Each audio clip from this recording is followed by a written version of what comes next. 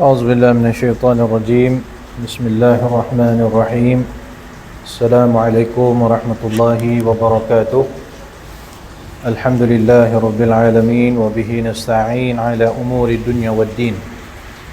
اللهم صل وسلم وبارك على سيدنا ومولانا محمد الفاتح لما أغلق والخاتم لما سبق ناصر الحق بالحق والهادي إلى صراطك المستقيم وعلى آله وصحبه حق قدره ومقداره العظيم في كل لمحة ونفس عدد ما وسع علم الله. سبحانك لا علم لنا إلا ما علمتنا إنك أنت العليم الحكيم. لا إله إلا أنت سبحانك إني كنت من الظالمين. ثم أما بعد. Tuan-tuan dan puan-puan, makcik-makcik yang dirahmati Allah Subhanahu Wa Taala, alhamdulillah, pada malam ini kita dapat bersama-sama dalam majlis ilmu untuk kita teruskan usaha kita mempelajari ilmu fardhu ain, ilmu yang wajib dipelajari ke atas setiap seseorang. Jadi alhamdulillah, Allah Ta'ala bagi kita rezeki dapat duduk dalam majlis seumpama ini. Itu rezeki yang besar. Allah Ta'ala bagi kita kesihatan yang baik. Itu rezeki yang cukup besar. Allah Ta'ala bagi kita kesedaran, kena belajar, kena menuntut ilmu. Itu satu rezeki yang besar. Jadi kita ni perlu sentiasa menghadirkan perasaan syukur kepada Allah, perlu selalu menghadirkan rasa terima kasih kepada Allah Subhanahu Wa Taala di atas limpahan begitu banyak nikmat yang Allah Taala telah berikan kepada kita semua. Jadi ada kalanya Allah Taala memberikan kepada kita hint, isyarat-isyarat tertentu nak suruh kita fikir tentang nikmat Allah Subhanahu Wa Taala. Hari ni kalau kita tengok ramai orang sekeliling kita ni sakit. Seorang kena sakit ni, seorang kena sakit ni, seorang masuk hospital, seorang ni. Itu sebenarnya Allah nak bagi tahu orang lain ni aku uji dia dengan sakit, kamu ni aku bagi kamu sihat. Orang lain diuji dengan macam-macam sakit, tapi kita ni alhamdulillah Allah Ta'ala panjangkan sihat kita. Maka bukankah selayaknya kita bersyukur? Orang lain duduk hospital, kita tak duduk hospital, kita duduk rumah. Alhamdulillah rezeki. Orang lain nak berjalan pun tak boleh, kita dapat berjalan, berlari pun boleh, melompat pun boleh. Alhamdulillah rezeki tuan-tuan. Sekali-sekala bila kita tengok orang sekeliling kita ni, Allah Ta'ala uji dengan penyakit yang berat, kita rasa Allahu Akbar, ya, saya ni alhamdulillah sihat. Hari ni Haji Razib ada call saya, dia kata ada partner dia, kawan dia lah, pagi tadi baru kena stroke. Semalam baru dia jumpa kawan dia, borak macam biasa, bumbang-bumbang, bincang pasal bisnes apa semua. Semalam, petang semalam dia elok, pagi tadi kena stroke, masuk hospital. Alhamdulillah lah, nasib baik tak teruk. Sebulan lepas ada seorang haji yang selalu datang sini juga, Haji Ruzlan nama dia. Dia kena serangan jantung. Nasib baik sempat bekerja ke hospital. Jadi tengok orang sekeliling kita ni macam-macam penyakit kan. Alhamdulillah Allah Ta'ala tak uji kita macam tu. Alhamdulillah tuan-tuan, ya. Saya nasib baik hari ni saya tak seorang-seorang. Dah balik dah Samota. Kalau tak macam itu lah, seorang-seorang kan. Samota ni tengok bertimpa lah masalah. Orang yang diberikan kesusahan begitu, dia ada rezeki dia. Allah Ta'ala ampunkan dosa dia, Allah Ta'ala tinggikan darjat dia, Allah Ta'ala bagi pahala melimpah. Tapi kita tak payah minta lah, kita jangan minta pula, ya kan. Dalam satu hadis Nabi SAW bersabda, tak adalah seorang mukmin yang ditimpakan oleh Allah dengan apa-apa kesusahan dan kesakitan, hatta kalau tertusuk duri sekalipun, melainkan Allah ampunkan dosa dia dengan kesakitan tadi. Jadi orang yang mengalami kesakitan pun semua Allah Ta'ala ampunkan dosa dia. Itu rezeki dia lah. Rezeki dia, Allah Ta'ala bagi dia kesusahan, Lepas tu Allah Ta'ala ampunkan dosa dia, Allah Ta'ala bagi dia pahala, Allah Ta'ala tinggikan darjat. Ni rezeki orang yang diberi kesusahan. Tapi kita tak boleh minta dengan angkat tangan, ya Allah bagilah aku susah. Tak boleh. Bagilah penyakit, tak boleh. Kita kena minta Allah Ta'ala keselamatan lah, afiat lah. Ya. Jadi masing-masing adalah rezeki dia. Tinggal lagi kita bersyukur kepada Allah, sebab Allah tak uji kita dengan kesusahan, penyakit-penyakit yang berat. Alhamdulillah. Jadi masing-masing kenalah jaga kesihatan dia baik-baik ya. Saya rasa nanti ustaz-ustaz yang ngajar Darul Hikmah ni, kita suruh dia pergi Tai Chi sekali kot.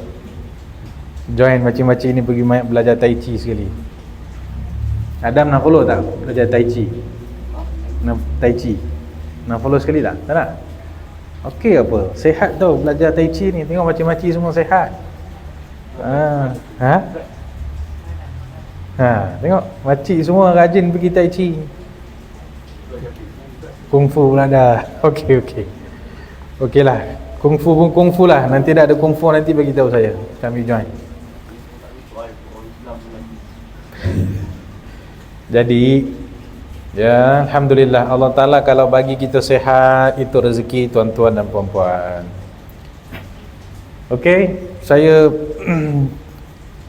kita teruskanlah ya. Kita teruskan baca kitab. Kita hijau. Ya Allah, aku punya kitab putih tu dah lama tertinggal lah. InsyaAllah minggu depan nanti kita belajar balik yang buku putih tu ya, Ta'lim Muta'allim tu. Dah macam hilang terus. Susah betul. Okey, buku hijau muka surat berapa sama tak? Ya? 51 ya. Masih dalam bab syarat sah salat. Yang sekarang ni syarat yang ke berapa ni? Menghadap kiblat. Syarat kelima, menghadap kiblat. Menghadap kiblat dah settle?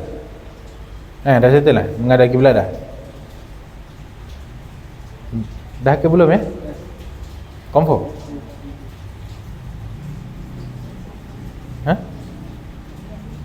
Macam syarat sah solat. Kita dah sampai mana ni? Menghadap kiblat ni dah ke belum? Dah. Minggu lepas.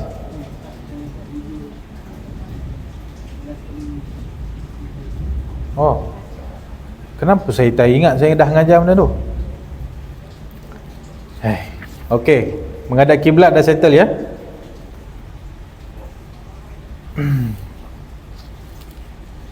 Baik.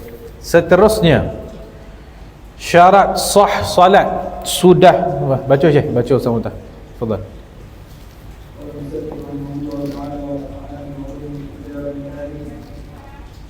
Pasal yang bertiga syarat sah salat adalah perkara. Teruskan pada yang kelima, mestilah masuk waktu. Yang keenam, mestilah mengetahui fardu salat. Yang ketujuh, mestilah tidak mengifatkan satu rukun daripada rukun-rukunnya sebagai sunat. Yang ke-8, mestilah mengetahui perkara-perkara yang membatalkan salat. Baik. Antara syarat sah solat adalah sudah masuk waktu solat bagi solat-solat yang mempunyai waktu. Solat-solat yang ada waktu, maka dilaksanakan solat itu pada waktunya. Sekarang pukul 8.05. Boleh tak sekarang kita nak sembahyang solat isyak? Tak boleh, sebab belum masuk waktu lagi. Jadi solat-solat wajib yang berwaktu dilakukan pada waktunya. Dan sebelum dia sembahyang, dia mesti kena yakin bahawa waktu dah masuk. Kalau contohnya dia berada di hutan, dia tak tahu waktu dah masuk ke belum, dah masuk ke belum, handphone tak bawa, azan tak dengar, dia pun tak ingat bilakah masuknya waktu solat. Jadi dia duduk di hutan dalam keadaan azan tak dengar, handphone bateri habis apa semua. Dia boleh tak nak sembahyang? Kalau dia nak sembahyang, dia kena juga mencari jalan untuk mengetahui sama ada solat dah masuk waktu ke belum. Kalau dia sembahyang dalam keadaan ragu-ragu, saya rasa macam dah masuk ni, rasanya belum lagi ni, dah masuk ke belum, entahlah, tak confident lah. Selagi dia ada dalam suasana macam tu, dia tak boleh sembahyang. Contoh senang cerita, kita sendiri kat rumah lah. Kita kat rumah, ayah kita tanya, ni ataupun mak kita tanya, ni dah masuk waktu solat belum? Kalau kita confident masuk waktu, okay, kita boleh sembahyang. Tapi kalau mak tanya dah masuk waktu ke belum, kita pun kata entahlah, tak pastilah, macam dah masuk tapi tak tahulah, kan, ragu-ragu kan. Maka selagi dia ada perasaan ragu-ragu, dia tak boleh nak melakukan sembahyang. Kalau dia sembahyang pun solat dia batal. Kerana syarat untuk solat adalah mestilah dia kena tahu tentang dah masuknya waktu solat. Faham tuan-tuan ya? Macam mana contohnya kalau seseorang tu dia dah sembahyang, dia yakin dia confident dah masuk waktu dah ni, dia pun sembahyang, Allahu Akbar, sembahyang. Tengah-tengah sembahyang baru azan kat masjid, rupanya baru masuk waktu. Kan, dia sembahyang maghrib contohnya 7.20, dia sembahyang Allahu Akbar. Tengah-tengah sembahyang 7.23 baru azan kat luar. Jadi dia dah sembahyang awal daripada masuk waktu selama 3 minit. Masuk waktu 7.23, dia sembahyang 7.20. Solat dia sah ke batal? Sebab belum masuk waktu, solat dia batal. Jadi kalau dia sembahyang dalam keadaan belum masuk waktu solat, solat dia batal. Kalau dia sembahyang dalam keadaan dia ragu-ragu, dah masuk waktu ke belum? Dah masuk waktu belum? Dia tak confident, dia ragu-ragu, solat dia batal. Kalau nak sembahyang, dia mesti kena yakin, okey ni confirm ni, dah masuk waktu dah ni. Okey saya tahu ni, confirm. Okey, barulah solat dia sah. Faham ya? Jadi sebelum kita nak angkat takbir nak sembahyang, kena pastikan memang dah masuk waktunya. Macam mana nak tahu waktu solat dah masuk ke belum? Zaman sekarang dengar je lah azan kat luar, handphone pun ada azan, masjid surau ada azan. Jadi azan-azan yang kita dengar itu adalah petanda bahawa waktu solat dah masuk. Okey. Dan macam kita katakan tadi, yang sudah masuk waktu solat ini hanya untuk solat-solat yang ada waktu je. Seperti solat wajib, adanya subuh, maghrib, isyak apa semua. Dan juga solat-solat sunat yang ada waktu dia yang terbatas. Ada sebahagian solat sunat boleh dilakukan pada waktu tu je lah. Boleh tak kejap lagi lepas isyak kita sama-sama sembahyang tarawih? Tak boleh. Kenapa tak boleh? Kerana waktu bagi solat tarawih adalah sepanjang bulan Ramadan lepas solat isyak, itu je. Waktu lain jangan buat. Tak boleh buat. Kita duduk boring-boring kat rumah kan, tiba-tiba nak sembahyang tarawih bagai. Sesat barik tuan-tuan. Orang ni sembilan kata sosek barik. Tiba-tiba je. Ataupun kejap lagi lepas main isyak kita nak sembahyang duha sama-sama, boleh? Kenapa tak boleh?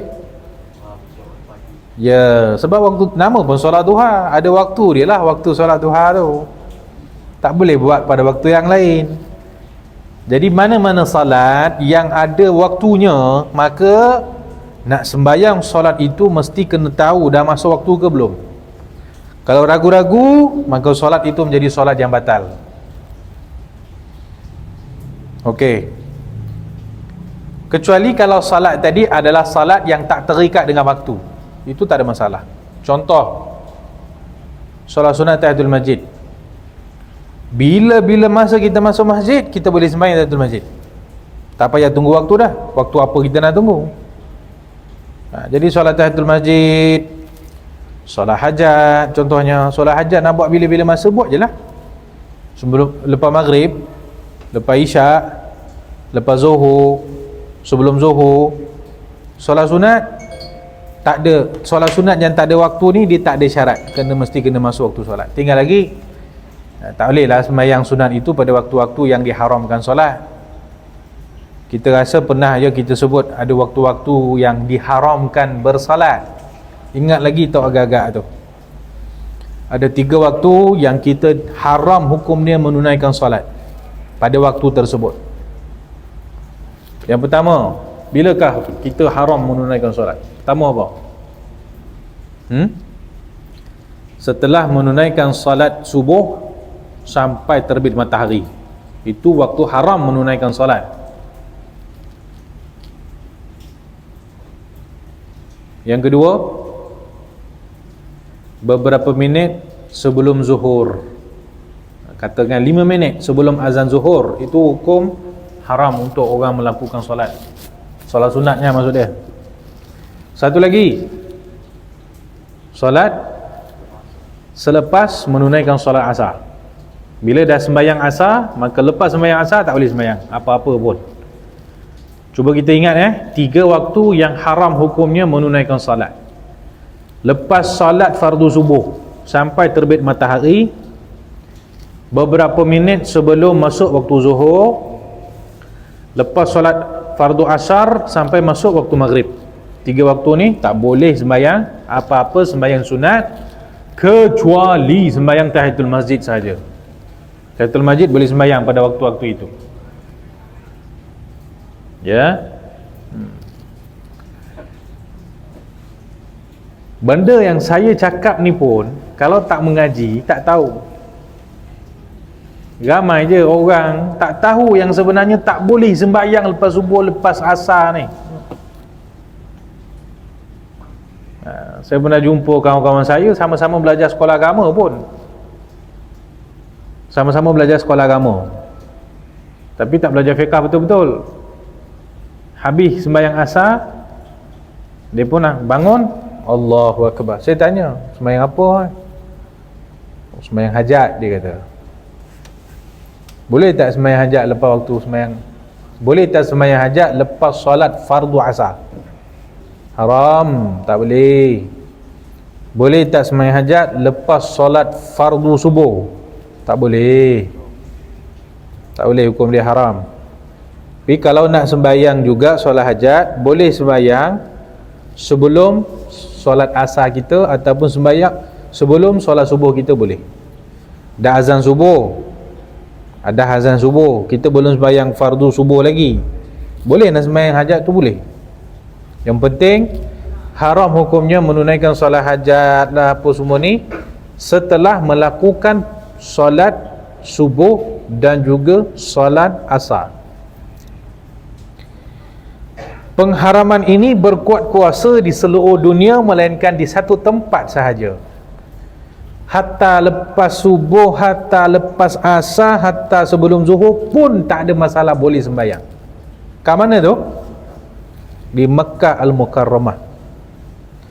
Di Mekah Al-Mukarramah adalah satu-satunya tempat yang tak ada sistem haram sembahyang.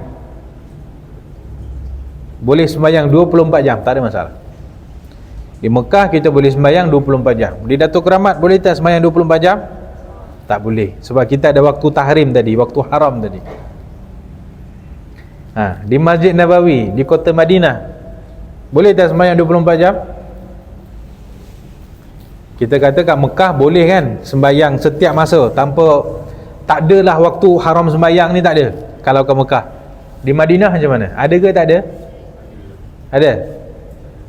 Tak ada. Di Madinah ada. Maksudnya di Madinah pun tak boleh sembahyang lepas asar tu dengan lepas subuh. Sebab tu kalau di Madinah biasanya Raudhah ditutup untuk pembersihan setelah solat asar dan juga setelah solat subuh. Betul ke? Kalau tak silap saya lah. Jadi lepas solat subuh dengan lepas solat asar dia akan tutup Raudhah untuk bersihkan. Sebab itu adalah waktu orang tak boleh sembahyang. Tak boleh sembahyang waktu tu. Jadi Raudhah ditutup, nak vacuum lah, nak clean lah apa semua. Jadi di kota Madinah sahaja boleh sembahyang bila-bila masa tanpa mengira waktu haram solat. bahkan di kota Madinah dan di seluruh dunia, kita kena ikut waktu tahrim, dipanggil waktu tahrim, waktu yang tak boleh menunaikan solat, iaitu ada 3 tadilah. Lepas selesai solat subuh sampai terbit matahari beberapa minit sebelum waktu zuhur, dan lepas solat asar sampai terbenam matahari. Tak boleh sembayang kecuali sembayang sunat tahiyatul masjid dan beberapa jenis salat yang lain yang nanti kita akan huraikan bila sampai masanya. Boleh tak contoh ya? Contoh, boleh tak orang tu tak sembahyang zuhur, dah habis dah waktu zuhur, dah masuk azan asar, lepas azan asar dia sembahyang asar dah, lepas sembahyang asar tadi dia nak qada balik solat zuhur dia tadi yang tertinggal tadi, boleh atau tidak? Yang kita kata tadi lepas solat asar tak boleh sembahyang dah, tapi sekarang dia nak qadakan solat zuhur dia yang tertinggal tadi, hukum dia boleh ke tak boleh? Hukum dia boleh. Solat qada hukum dia boleh sembahyang walaupun pada waktu yang diharamkan, tak ada masalah. Solat sunat tahiyatul masjid, solat sunat tahiyatul wudu boleh sembahyang walaupun pada waktu yang diharamkan solat tadi. Termasuk antara solat yang boleh dia sembahyang pada waktu yang haram waktu solat ni adalah solat gerhana. Tiba-tiba gerhana matahari berlaku pukul 6 petang. Gerhana matahari pukul 6 petang. Maksudnya kita dah sembahyang asar apa semualah. Boleh tak kita sembahyang gerhana matahari pukul 6 petang walaupun setelah solat asar, iaitu pada waktu tahrim? Boleh tak sembahyang gerhana matahari? Hukum dia boleh. Boleh sembahyang gerhana pada waktu yang diharamkan solat, hukum dia boleh, tak ada masalah. Nanti insya-Allah kita akan detailkan lagi. Ala kulli hal, sekarang di sini dia nak menerangkan bahawa termasuk syarat sah solat adalah mesti kena mengetahui tentang masuknya waktu solat. Ustaz saya tanya dia, kamu dah sembahyang ke? Oh, dah sembahyang dah. Awalnya dah masuk waktu belum ni? Ustaz tu tanya dekat kawan saya yang dah habis sembahyang, awalnya kamu sembahyang, dah masuk waktu ke belum ni? Tiba-tiba kawan saya kata, entahlah Ustaz, tak pasti lah. Ustaz tu marah balik kawan saya, kau pergi sembahyang balik, kena ganti balik sembahyang, sebab sembahyang yang kamu sembahyang tadi dalam keadaan kamu tak pasti dah masuk waktu ke belum, solat itu hukumnya batal. Faham? Jadi kalaulah kita sembahyang dalam keadaan ragu-ragu, maka solat itu tak sah. Sebab mesti kena tahu secara yakin bahawa telah masuk waktu solat. Faham tuan-tuan ya? Ada satu soalan. Orang tu ragu-ragu dah masuk waktu ke belum, dia tak pasti, tapi sebenarnya waktu dah masuk. Sebenarnya waktu dah masuk, tapi dia ragu-ragu, dia tak pasti dah masuk waktu ke belum, dia pun sembahyang. Kiranya betul lah tu dia dah sembahyang lepas masuk waktu, tapi dia tak tahu yang dah masuk waktu ke belum, dia ragu-ragu. Tapi solat dia memang dah masuk waktu. Sekarang solat dia sah ke batal? Batal sebab apa? Padahal dah masuk waktu solat. Sebab dia ragu-ragu pada mengetahui adakah masuk waktu solat ataupun tidak. Dia ragu-ragu kat situ. Jadi walaupun solat dia dah masuk waktu sebenarnya, tapi sebab dia ragu-ragu punya pasal, solat dia tidak sah. Faham ya? Jadi tak boleh ragu-ragu, dia mesti kena yakin. Yakin tu kita dapat macam mana? Dengan dengar suara azan lah. Dengan suara azan, ataupun kita ada kalender. Okey, subuh masuk 5.40. Tengok jam, oi, ni dah 5.40 dah ni. Okey. Yang penting kita dah tahu bahawa solat dah masuk. Jangan kalender pun tak tengok, azan pun tak dengar, handphone pun bateri dah mati, langsung dia blur, dia tak tahu macam mana dia nak tahu dah masuk waktu ke belum. Tapi biasanya perkara ni jarang berlaku lah. Rezeki kita duduk ceruk mana pun kita akan dengar suara azan. Betul tak? Kita duduk di rumah pun kita dengar suara azan. Kita duduk kat mana pun kita dengar suara azan. Tak tahulah kalau macam-macam duduk dekat tepi hutan ke mana ke. Biasakan hutan yang tak ada dengar suara azan. Tapi KKL, duduk kat mana ceruk KKL ni biasanya boleh dengar suara azan dan kita boleh tahu waktu solat dah masuk ke belum. Kan, sekali-sekala kita balik kampung, duduk dekat kebun contohnya. Duduk dekat kebun getah. Kat kebun getah mana nak dengar suara azan. Mungkin masa tu kita kena cari jalan lah. Tengok phone ke, tanya orang ke, weh, kau dengar azan tak? Dah masuk waktu ke belum? Yang penting mesti kena cari jalan untuk mengetahui adakah waktu solat dah masuk ke belum. Saya rasa insya-Allah clear. Kalau ada apa-apa soalan boleh tanyakan sekejap lagi. Syarat sah seterusnya, mengetahui tentang kefarduan salat. Sebelum tu bila dah berbicara tentang masa waktu, mesti kena tahu adakah waktu dah masuk ke belum, iaitu tidak lain tidak bukan dengan mendengar suara azan. Maka di sini ada beberapa perkara yang perlu kita tahu tentang azan. Pertama, kita sedia tahu hukum dia sunat untuk menjawab azan, betul?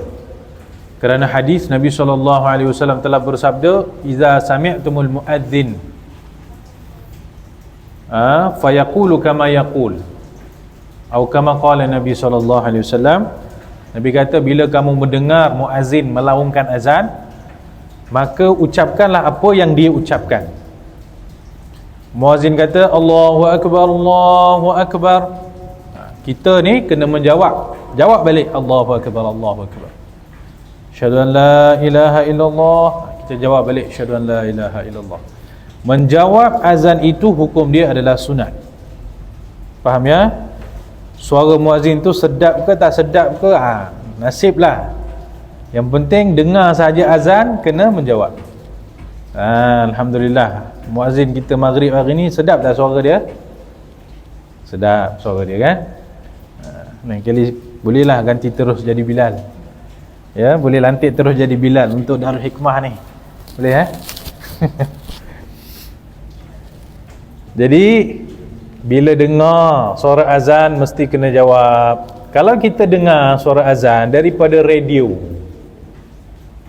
kita naik kereta, kita pasang IKIM, kita dekat radio IKIM tu ke Zayan ke apa benda ke, ada orang azan dekat radio.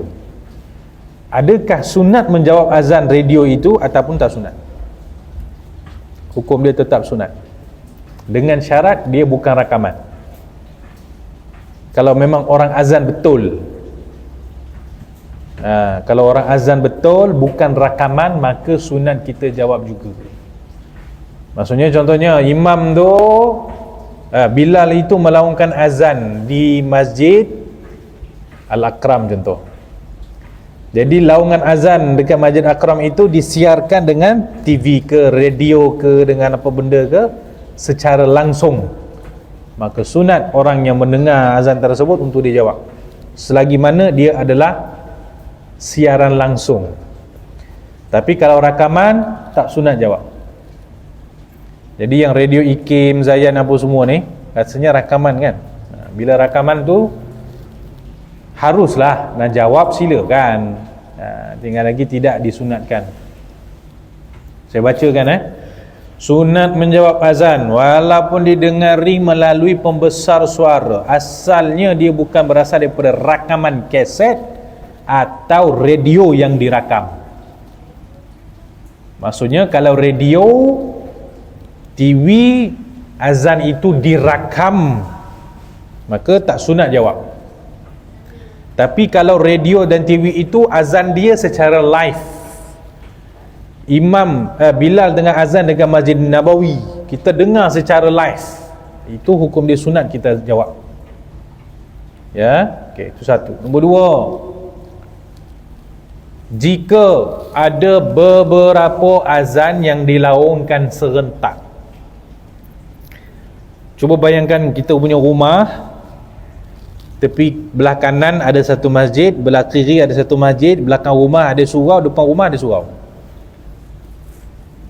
Setiap kali waktu azan, berapa azan kita akan dengar? Mungkin 3, mungkin 4. Merata tak? Jadi azan yang mana satu kita nak jawab? Ke kena jawab 4-4 sekali? 4 azan 4 kali dia jawab.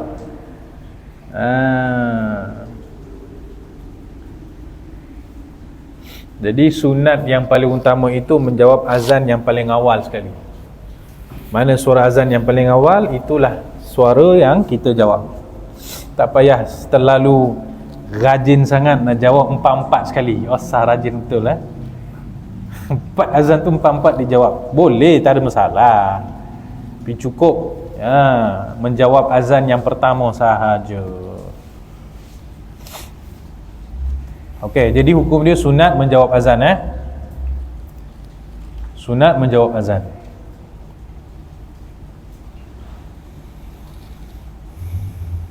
Kalau dia tengah sembahyang, contohnya dia sembahyang zuhur tu lambat, dekat-dekat waktu asar dia baru sembahyang zuhur. Dia tengah sembahyang sembahyang zuhur, tiba-tiba azan waktu asar. Nak tanya, boleh tak dia jawab azan tu dalam sembahyang dia? Tak boleh. Hukum dia makruh. Makruh menjawab azan ketika tengah sembahyang. Kecuali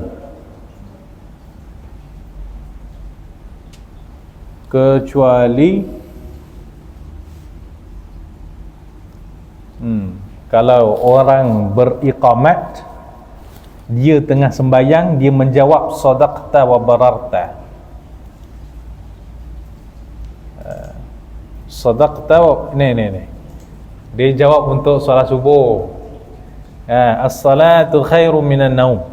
Dia tengah sembahyang tahajud ni, masya-Allah, sembahyang tengah sembahyang tahajud. Okey, keluar ada azan, Allahu akbar, Allahu akbar. Dia boleh jawab tengah sembahyang tahajud, dia boleh jawab.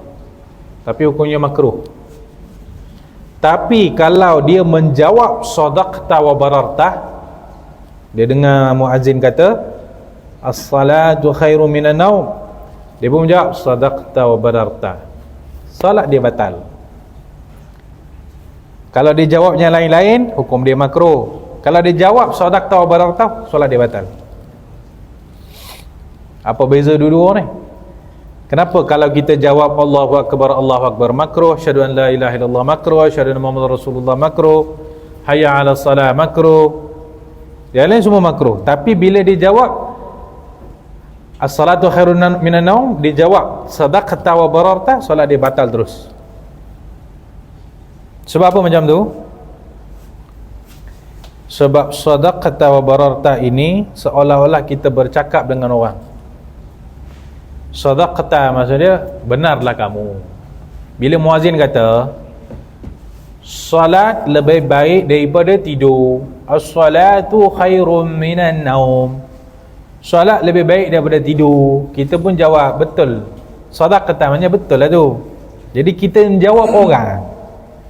Bila kita menjawab macam tu, seolah-olah kita bercakap dengan orang. Boleh tak bercakap dalam sembahyang? Batal lah solat. Dengan mengucapkan sadaqata wa bararta, seolah-olah kita bercakap dengan orang, maka itu membatalkan solat. Kalau kita jawab Allahu akbar, asyhadu an la ilaha illallah, itu kan zikir. Itu bukan bercakap dengan orang. Kita zikir Jadi hukum dia tidaklah membatalkan salat sebab kita terang zikir. Bila dia kata hayya 'alas salah, la haula wala quwwata illa billah, hayya 'alal falah, la haula wala quwwata illa billah, itu semua adalah zikir. Tapi bila dia kata as-salatu khairum minan naum, kita pun jawab sadaqata, itu bercakap. Bila membaca zikir, itu hukumnya makruh sahaja. Bila bercakap, solat batal. Boleh tak membezakan kenapa boleh menjawab azan ketika salat kalau zikir, tapi kalau dia jawab sadaqta wa bararta, solat dia jadi batal? Agak-agak boleh faham tak? Satu zikir, satu lagi dia interaksi. dia bercakap. Contohnya Ustaz Mota, dia azan, as-salatu khairu minan naum. Saya tengah sembahyang, saya jawab, sadaqta wa bararta. Dia seolah-olah saya tengah bercakap dengan dia. Boleh ke bercakap dengan orang time sembahyang? Tak boleh, hukum dia batal. Tapi kalau dia azan, Allahu akbar, saya dalam sembahyang saya jawab, Allahu akbar. Saya tengah bercakap dengan dia ke? Tidak, saya tengah berzikir. Saya tengah jawab azan dia. Saya tengah berzikir. Dia kata asyhadu an la ilaha illallah, saya dalam sembahyang saya jawab asyhadu an la ilaha illallah. Saya tengah bercakap dengan dia ke? Tidak, saya tengah berzikir, menjawab azan. Tapi bila dia as-salatu khairu minan naum, saya jawab sadaqta wa bararta, itu bercakap, solat batal. Itu bezanya. InsyaAllah mudah-mudahan faham ya. Orang kalau orang tengah sembahyang dengar azan, maka makruh dia menjawabnya. Dan kalau dia jawab sadaqta wa bararta, solat dia batal. Okey, orang tengah baca Quran, orang tengah berzikir, boleh tak jawab azan? Orang tengah baca Quran ataupun dia tengah berzikir, boleh tak dia menjawab azan? Hukum dia tetap sunat. Kalau tengah-tengah baca Quran, okey, berhentilah sekejap, bagilah jawablah azan dulu. Kalau tengah berzikir, okey, berhentilah zikir dulu, jawab dulu azan, sebab Nabi suruh jawab. Ya.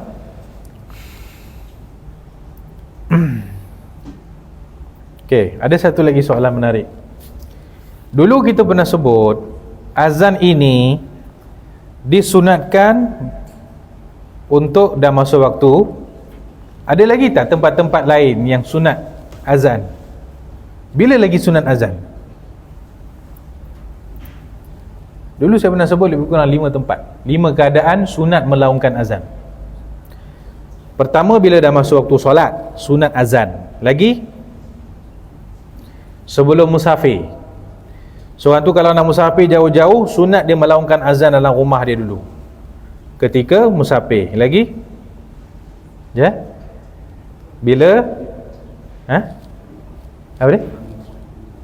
Bila ada bencana berlaku, angin ribut, banjir, kebakaran, semua ni sunat kita melaungkan azan. Lagi, bila orang kena rasuk setan, orang dirasuk setan, sunat kita melaungkan azan. Lagi, kelahiran anak, bila baby lahir, si ayah, kalau boleh si ayah lah. Kalau ayah tak ada, doktor lah. Jangan suruh nurse tu yang suruh azan. Perempuan tak boleh. Ini semua tak ada lah nurse tu yang azan. Tak boleh. Yang penting kena lelaki. Jadi bila bayi tu lahir, maka sunat ayah dia azan dekat telinga kanan. Ya, pastikan ayah dia tu faham apa itu azan. Ada orang kita suruh dia azan kat telinga kanan, dia pergi pantai baca takbir raya. Takbir raya dengan azan pun tak kerti beza. Payah betul orang lelaki zaman sekarang ni. Macam-macam nak cari menantu, carilah menantu ustaz-ustaz. Pandailah dia azan. Ini cari menantu mak rempit. Orang suruh azan kat telinga anak dia, dia pergi pantai takbir raya. Okey, soalan saya, 5 keadaan sunat azan. Yang pertama, masuk waktu kan. Bila azan masuk waktu, sunat kita jawab.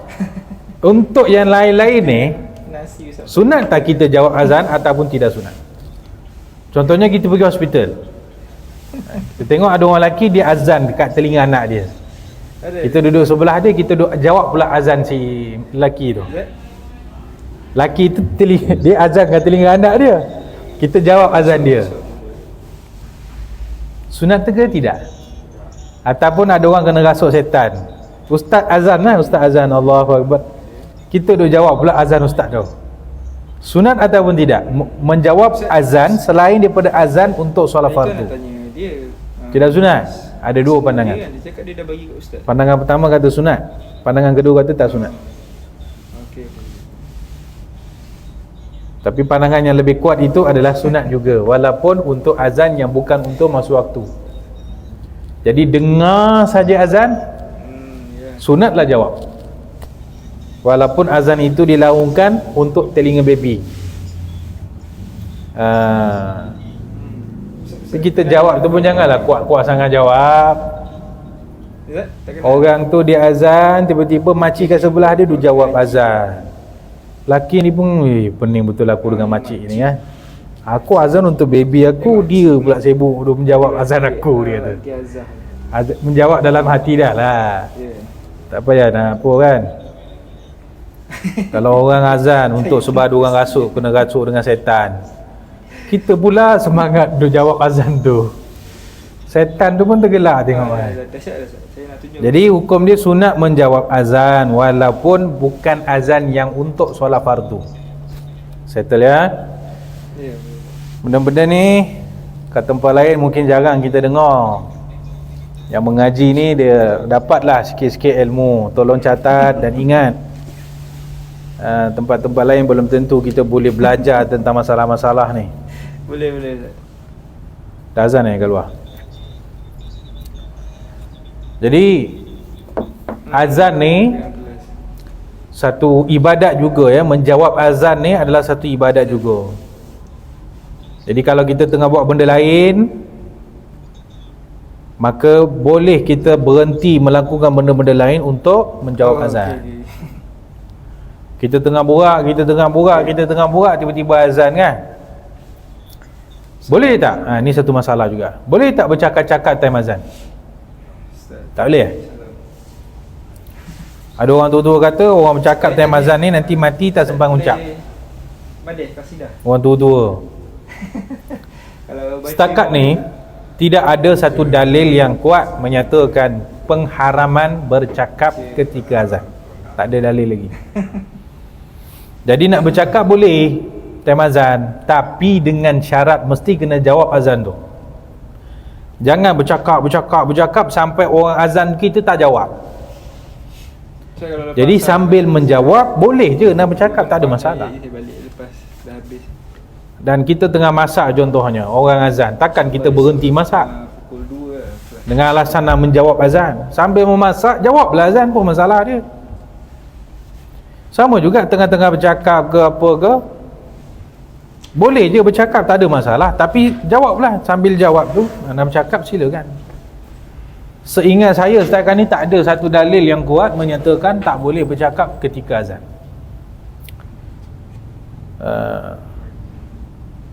Wallahu a'lam. Saya rasa kita berhentilah di situ ya. Jadilah dapatlah satu syarat sah ya. Jadi nanti kita sambung lagi mengetahui tentang kefarduan solat. Sikit lagi. Satu lagi. Okey, tadi dah settle. Ini syarat sah yang baru. Di antara syarat sah salat adalah mengetahui tentang kefarduan salat. Maksudnya adalah dia sembahyang fardu dalam keadaan dia tahu bahawa solat itu adalah fardu. Kalau dia sembahyang fardu zuhur, asar, maghrib, isyak dalam keadaan dia tak tahu itu adalah solat fardu, maka solat dia dianggap batal. Contoh, orang mu'alaf baru masuk Islam, dia baru je mengucap syahadu an la ilaha illallah syahadu anna muhammadar rasulullah. Okey, alhamdulillah dah Islam. Kita pun ajar dia pergi sembahyang, jom sembahyang, dia pun ikut pergi sembahyang. Jadi sampai masjid, sembahyang zuhur, kita cakap kat dia, you follow je imam. Biasalah mu'alaf kan, orang baru masuk Islam. Takkanlah orang baru masuk Islam tu dah pandai baca Fatihah. Orang baru masuk Islam, kita kata you follow je lah imam tu. Dia pun follow, bumbang. Lepas sembahyang kita bagi tahu dia, you tahu tak yang tadi kita sembahyang tu hukumnya fardu. Dia pun kata, ya ke fardu? Saya tak tahu pun solat itu wajib, saya ingat main-main je. Contoh, kalau dia fikir macam tu, dia sembahyang fardu dalam keadaan dia tak tahu itu adalah solat fardu, maka hukum dia solat dia batal. Saya bagi contoh mu'alaf sebab apa? Sebab hampir mustahil adanya orang Islam kat negara kita yang dia tak tahu itu adalah solat fardu. Agak-agak ada tak orang Islam dia tak tahu subuh, zuhur, asar, maghrib, isya ni wajib? Agak-agak ada tak? Ha? Rasa-rasa kita tak ada lah kot. Rasa-rasanya lah. Takkanlah you ni dah lama Islam, daripada kecil kau duduk dekat tempat yang ada masjid, ada surau. Daripada kecil you duduk di tempat yang ada azan, di semua tempat ada Islam, tapi dia tak tahu isyak, maghrib, asar, zuhur, subuh ni, dia tak tahu itu adalah wajib. Agak-agak ada lagi ke orang macam ni? Tak tahulah saya. Rasa macam tak ada. Kan, contohnya dia sembahyang dia sembahyang zuhur. Lepas dia sembahyang zuhur, kita kata, oh tadi tu you sembahyang wajib tau. Dia pun terkejut. What? Zuhur tu wajib ke? Wah, dia baru tahu rupanya. Tak tahulah kot ada lagi manusia macam ni. Tapi agak-agak kita lah, nama orang Islam duduk kat Malaysia, sikit-sikit belajarlah kafar dekat sekolah rendah, sikit-sikit belajarlah juga Islam ketika sekolah menengah. Dengar-dengarlah juga TV tu, TV Hijrah, ada ustaz bercakap, adalah juga dengar-dengar radio ke apa ke. Takkanlah tak tahu bahawa solat wajib itu hukumnya wajib. Tapi kalau dia baru masuk Islam, mungkin dia tak tahu. Memang dia tak tahu kan. Apa itu wajib pun dia tak tahu. Apa itu fardu pun belum tentu dia tahu. Jadi kalaulah di sana ada orang sembahyang yang fardu dalam keadaan dia tak tahu itu adalah solat fardu, maka solat dia dianggap tidak sah. Selesai. Satu lagi bila nak habis kitab ni saya pun tak tahulah. Kita bacalah lebih sikit hari ni Kalau ikut kitab dia sebut apa? Motah, baca sikit. Tidak mengikut mengiktikad satu rukun sebagai sunat. Maksudnya bila dia sembahyang, kita kata dalam sembahyang itu ada 13 rukun, betul? Hendaklah dia mengetahui yang rukun itu, dia tahu ini adalah rukun. Kalau dia anggap mana-mana rukun dalam sembahyang tu sebagai sunat, solat dia batal. Contoh, kita tanya dekat seorang ni, aku nak tanya kau ni, apa hukum baca surah Fatihah dalam sembahyang? Dia pun dengan confident dia kata sunat. Dia kata baca surah Fatihah dalam sembahyang adalah sunat. Maka cakap kat dia, semua sembahyang yang kau pernah sembahyang hukumnya batal, kerana dia menganggap satu rukun sebagai sunat. Batal. Tapi kalau dia anggap satu sunat sebagai rukun, solat tak batal. Contoh, apa hukum baca tasbih ketika rukuk? Apa hukum baca subhana rabbiyal azimi wa bihamdih ketika rukuk? Hukum membaca tasbih itu adalah sunat. Tapi bila kita tanya ke orang, ramai akan menjawab itu rukun. Dia ingat tasbih ketika sujud, tasbih ketika rukuk, dia ingat benda tu rukun. Padahal sebenarnya sunat je. Yang wajibnya itu rukuk tu. Yang membaca tasbih ketika rukuk sunat. Yang wajib tu sujud. Yang membaca tasbih ketika sujud hukumnya sunat. Tapi orang tak mengaji, dia akan ingat tasbih tu pun rukun juga. Jadi apa hukum sembahyang dia orang? Dia sembahyang dalam keadaan dia menganggap sunat itu sebagai rukun. Solat dia sah je, tak batal pun. Jadi menganggap sunat, satu yang sunat sebagai rukun, solat dia sah. Tapi kalau dia menganggap satu yang rukun sebagai sunat, solat dia batal. Boleh faham tak? Boleh Okay, dah. Ada lagi syarat sah. Akhir sekali Tu akhir sekali. Okay dah, akhir sekali kita biar dulu. Wallahu a'lam. Ada apa-apa soalan nak tanya, silakan. Silakan. Tadi waktu masuk azan subuh tu, Azan subuh macam tadi yang nombor 6 mesti mengetahui kefarduan solat. Okey. bila ada orang sebut lepas tak yang salat tadi As-salatu khairum minan naum. salat yang kena tahu ada tiba contoh ada nak tiba tujuh amin ada tiba mesti siap tiba jawab apa Sadaqta wa bararta. Ha. boleh tak boleh Okey, Adam tengah buat apa masa tu? ada mau Tengah sembahyang ke tak sembahyang lagi? ada saja Dah selesai sembahyang. Kalau dah selesai sembahyang bolehlah bisik. Bukan setakat bisik, jerit pun tak apa. Maksudnya yang kita kata tak boleh jawab sadaqta bararatu kalau kita tengah sembahyang. Kalau tengah-tengah sembahyang kita jawab sadaqta bararta, solat batal. Tapi kalau kita tak sembahyang, dah habis sembahyang ke atau belum start sembahyang ke, kita tak sembahyang lagi, boleh je bisik kat telinga tu sadaqta bararta. Bukan setakat bisik, nak menjerit pun tak apa, tak ada masalah. Jadi yang maksud saya tadi, terangkan tadi, kalau dia jawab ketika dia sedang sembahyang, solat dia batal. Tapi kalau dia tak sembahyang, jawablah sadaqta bararta, tiada masalah. Okey? Faham tak? Clear? Clear. Soalan lain kalau ada?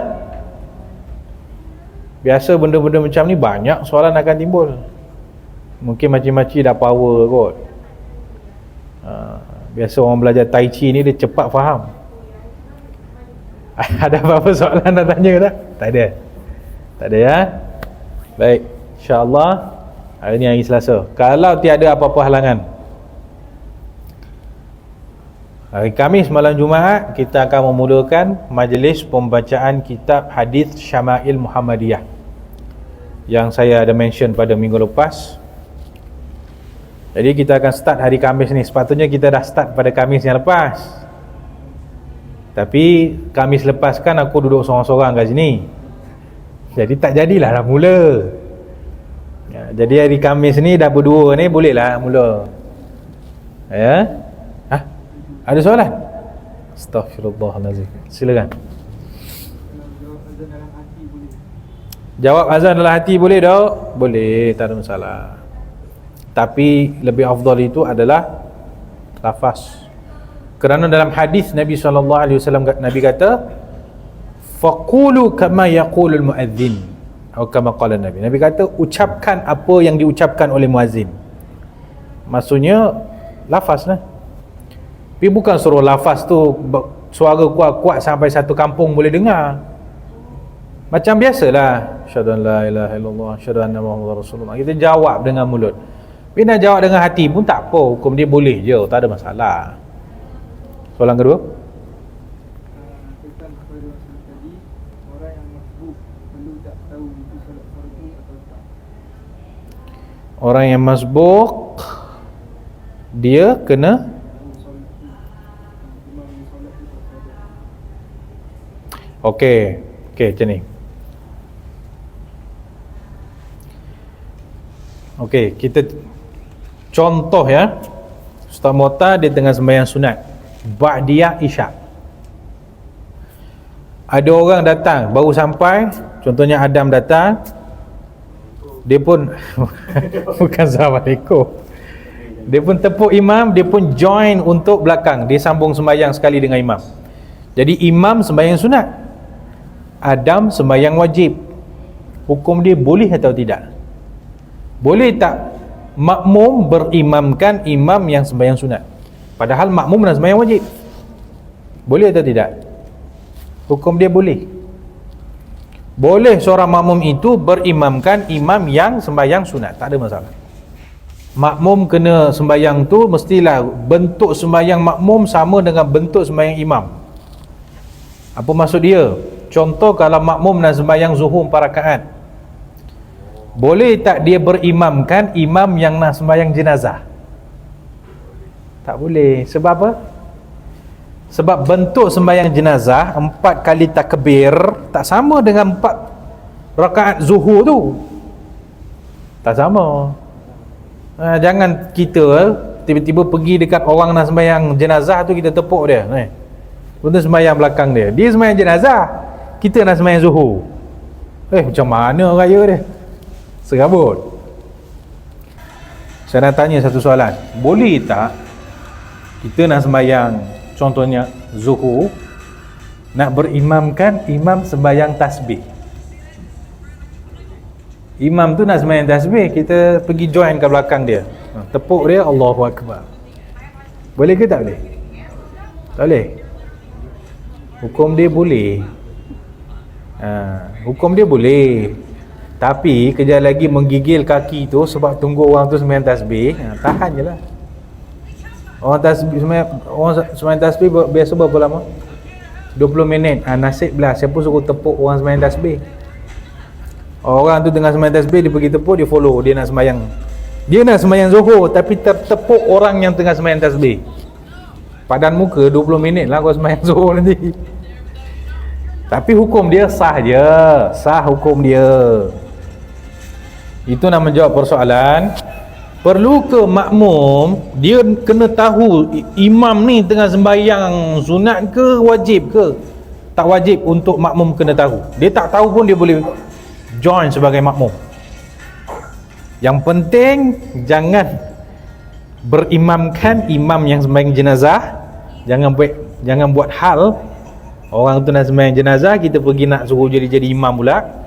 Dan jangan berimamkan imam yang solat gerhana.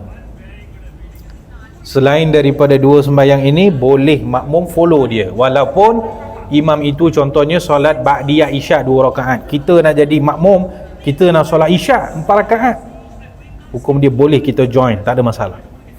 Faham tak ni cerita ni? Tak faham bagi tahu ya, saya ulang. Kalau tak faham angkat tangan, Ustaz saya tak faham, saya ulang. Kalau 10 kali tak faham, 10 kali saya ulang, tak ada masalah. Tapi kalau 10 kali dah ulang pun tak faham juga, sampai besok. Last ya, soalan last. Perut dah lapar ni. Apa dia? Panjang juga permasalahan tamam kosor tamam ni. Okey. Kita musafir, kita nak sembahyang zuhur 2 rakaat. Sampai ke R&R, orang tu sembahyang, dia bukan musafir, so dia sembahyang 4 rakaat. Jadi imam nak sembahyang 4 rakaat, dipanggil tamam lah. Tamam ni sempurna kan, 4 rakaat. Kita musafir nak sembahyang 2 rakaat, boleh tak kita follow imam? Kita nak sembahyang 2, imam nak sembahyang 4, boleh tak follow?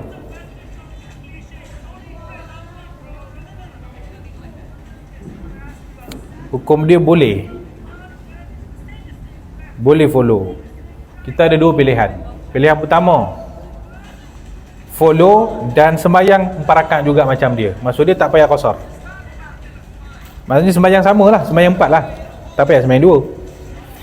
Dan saya pernah tengok ada satu pandangan ulama kata boleh sembahyang 2 rakaat, tapi lepas dia sembahyang 2 rakaat tu, kalau imam masih tak habis lagi, dia kena tunggu dalam tasyahud dia. Kita sembahyang 2, imam nak sembahyang 4. So macam mana ni? Kita follow 2 rakaat dengan imam, lepas tu tunggu imam habis sembahyang 4 rakaat tu, kita tunggu dalam keadaan kita tasyahud. Yang kita dah baca at-tahiyat, baca tasyahud akhir tu, kita tunggu imam habis kan, lepas tu sama-sama bagi salam. Tak nak pening, sembahyang je lah 4 rakaat, settle masalah. Okey, kalau saya nak sembahyang 4 rakaat, saya tak musafir, saya nak sembahyang tamam. Imam tu pula dia musafir, dia nak sembahyang 2. Sekarang 4 nak follow imam yang sembahyang 2. Boleh ke tak boleh? Hukum dia boleh lah. Orang yang nak sembahyang 4 rakaat, dia nak follow orang yang nak sembahyang 2 rakaat. Boleh tak? Boleh, tak ada masalah. Ikutlah dia 2 rakaat, lepas dia bagi salam, kita tambah lagi 2 rakaat. Jadi macam masbuk lah, tambah sendiri. Jadi kalau 4 rakaat nak follow 2 rakaat tak ada masalah. Masalahnya 2 rakaat nak follow 4 rakaat. Ni masalah sikit. Okey ya. Nanti perbincangan lanjut nanti dalam bab solat jamak qasar insya-Allah. Apa soalan tadi? Solat ketika azan. Saya dah terdetik nak sebut tadi. Tapi saya tak nak panjang sangat, perut aku dah lapar. Jadi saya tak sebutlah. Tiba-tiba ada orang dah tanya pula. Kasyaf kot orang tu.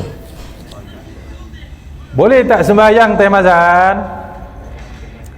Hukum dia boleh, tapi afdalnya dia tunggu habis azan baru sembahyang. Dulu pernah ada satu kes. Orang lelaki biasanya bila sampai ke masjid untuk sembahyang Jumaat, dia sampai waktu imam tengah azan, Bilal tengah azan. Biasanya orang lelaki dia akan tunggu dulu. Habis azan baru kita sembahyang sunat. Tiba-tiba ada seorang ustaz, dia marah dalam ceramah dia. Dia kata tak boleh. You dah sampai je ke masjid, azan ke tak azan ke, you kena terus sembahyang. Tak payah tunggu-tunggu habis azan baru nak sembahyang. Dia bagilah dia punya hujah-hujah dia. Jadi saya pun beberapa kali sampai ke masjid time tengah azan, saya pun keliru juga. Aku ni nak tunggu habis azan ke atau nak sembahyang terus tengah azan ni? Saya confuse. Lalu saya telefon Habib Tahir, saya tanya dia soalan ni.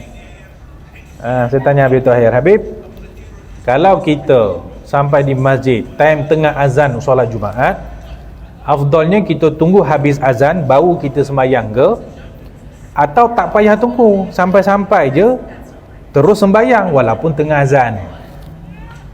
Dan jawapan Habib memang sangat cukup padat. Ini bila ada orang alim kita boleh rujuk, senang settle masalah. Habib kata yang afdalnya adalah tunggu habis azan baru sembahyang. Apa sebab?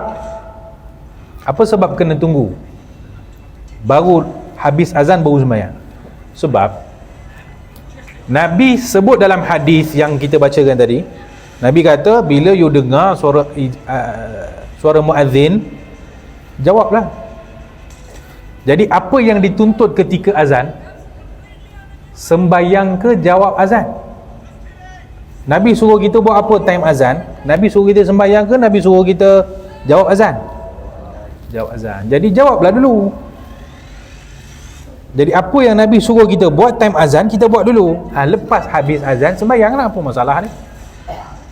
Cuba tengok Kalau time tengah azan, kita jawab azan, kita dapat jawab azan, dan lepas itu kita dapat sembahyang, betul? Kita dapat dua-dua. Kalau time azan kita sembahyang, kita dapat yang mana satu? Kita dapat solat je lah. Dapat ke jawab azan tadi? Tak dapat, sebab kita tengah sembahyang. Kalau dapat jawab pun hukumnya makruh lah, macam kita katakan tadi kan.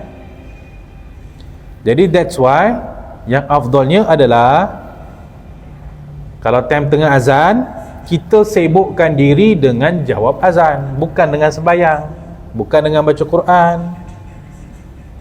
Jadi jawab azan, lepas habis azan sembahyanglah. Lepas habis azan buatlah apa nak buat. Selesai ya. Ada lagi? Astaghfirullahaladzim. Sila last. Tengah solat tiba-tiba azan. Okey. Apa masalah dia? Okey. Dia macam ni. Kat sini dia tak timbul isu sah ataupun tidak. Dia tengah sembahyang, dia sembahyang maghrib pukul 8.30. Tengah-tengah sembahyang maghrib dah masuk isyak. 8.30 kan orang dah azan isyak. Jadi maghrib dia ni sah ke batal? Confirm sah, sebab dia tidak melibatkan sah dan batal. Takkanlah kita tengah sembahyang maghrib tiba-tiba azan je isyak, solat kita jadi batal. Dia tak jadi batal. Tapi persoalan yang timbul adalah solat kita ni dia jadi salat tunai ke salat qada? Sembahyang maghrib kena settle sebelum isyak, betul? Ini tengah-tengah sembahyang maghrib dah masuk waktu isyak. Jadi maghrib ni kira qada ke tak qada? Itu soalannya. Jawapan dia Jawapan dia, hukumnya tidak qada. Kalaulah dia sempat rukuk pada rakaat yang pertama sebelum azan, maka solat dia dianggap sebagai tunai. Kira dah jatuh pada waktu maghrib, settle. Kalau dia angkat takbir Allahu Akbar, terus azan isyak, tak sempat rukuk lagi, dah azan isyak ni, maka solat maghrib dia dianggap sebagai qada, dan dia tak wajib niat qada pun. Teruskan je lah sembahyang tu, tinggal lagi status sembahyang itu qada lah, sebab you tak sempat nak rukuk rakaat pertama sebelum azan. Tu je cerita dia. Cukup dah ya? Dah lah tu. Kalau ada soalan simpan tu minggu depan. Wallahu a'lam. Bismillahirrahmanirrahim. Alhamdulillahirabbil alamin. Allahumma anfa'na bima 'allamtana wa 'allimna bima yanfa'una wa zidna 'ilman wa 'amalan ya arhamar rahimin. Allahumma ati nufusana taqwaha wa zakkiha anta khairu man zakkaha anta waliyuha wa maulaha. Allahumma nawwir qulubana bi nuri hidayatika kama nawwarta al-ardha bi nuri shamsika ya arhamar rahimin. Allahumma ighfir li masyayikhina wa liman 'allamana al-khaira warhamhum wa'afihim wa'fu anhum wa tawwil umurahum ma'at tawfiqi wat taysiri wal barakati ya arhamar rahimin. Sallallahu wasallam ala sayyidina Muhammad wa ala alihi wa sahbihi ajma'in.